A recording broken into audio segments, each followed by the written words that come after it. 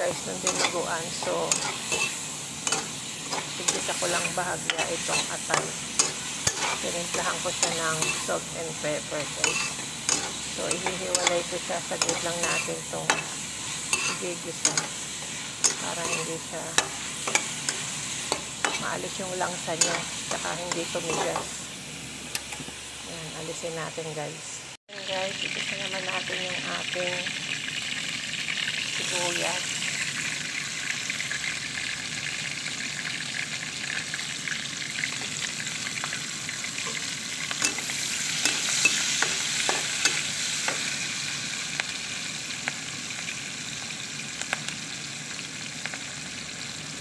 Yan yung ating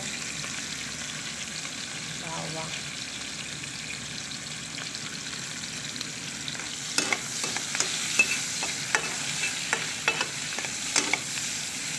Lagay natin yung ating baboy. So, kasin itong ginamit ko guys.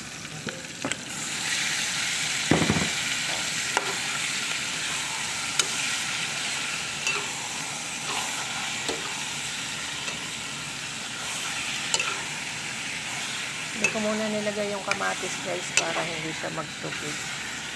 So, papupulahin muna natin ito. Yung baboy. Pero, titimplahan na natin.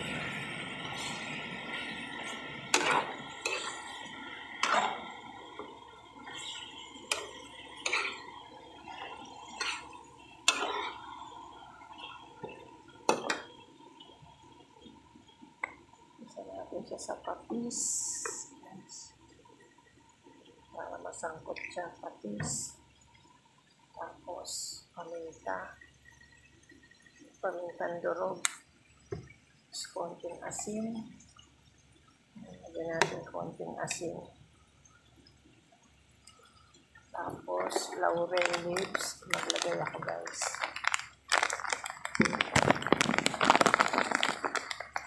Bango na. Laurel. Tapos, nilagyan ko ng pamintang buo guys. Pinagsagan ko.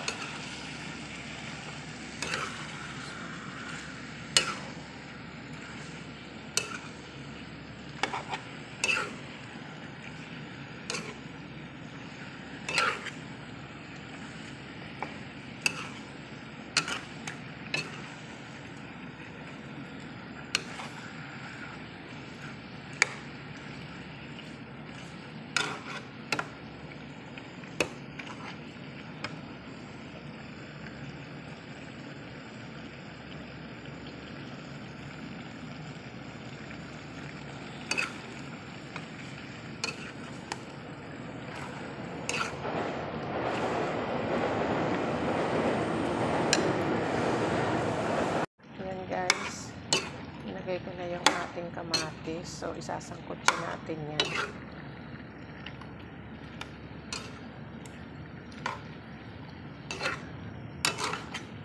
Habang blender ko yung dugo, guys. Hayaan muna natin yung masangkot siya. Ayan, guys.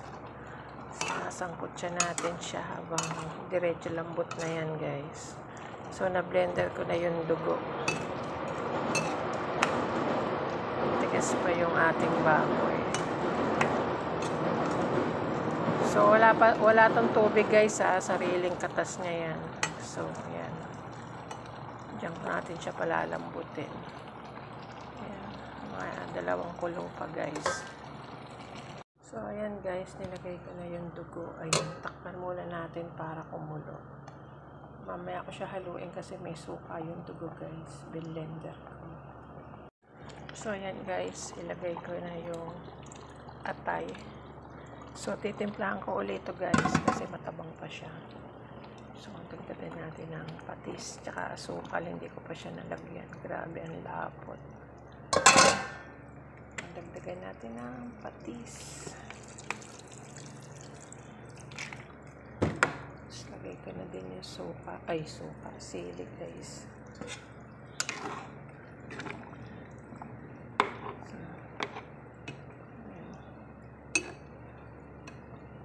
Lagyan ko siya ng muscovado.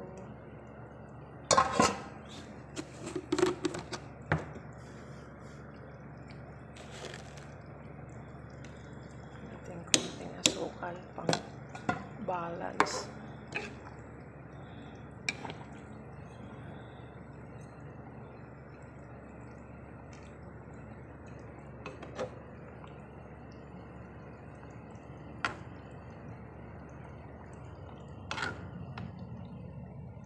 So, ayan guys. Ako natin.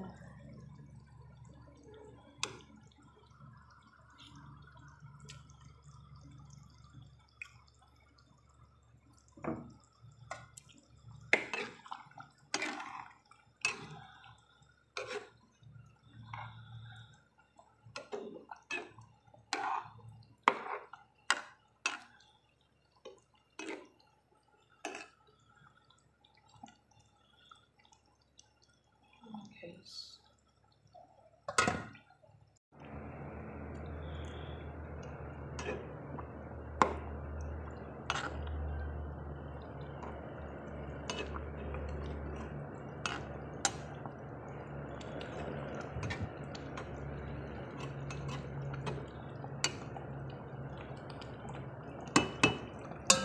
Guys, almost done na yan. Konting kulo na lang. Kalalagay lang natin ng atay. So, yung timpla is okay na. Naghahalo asim, alat, tamis.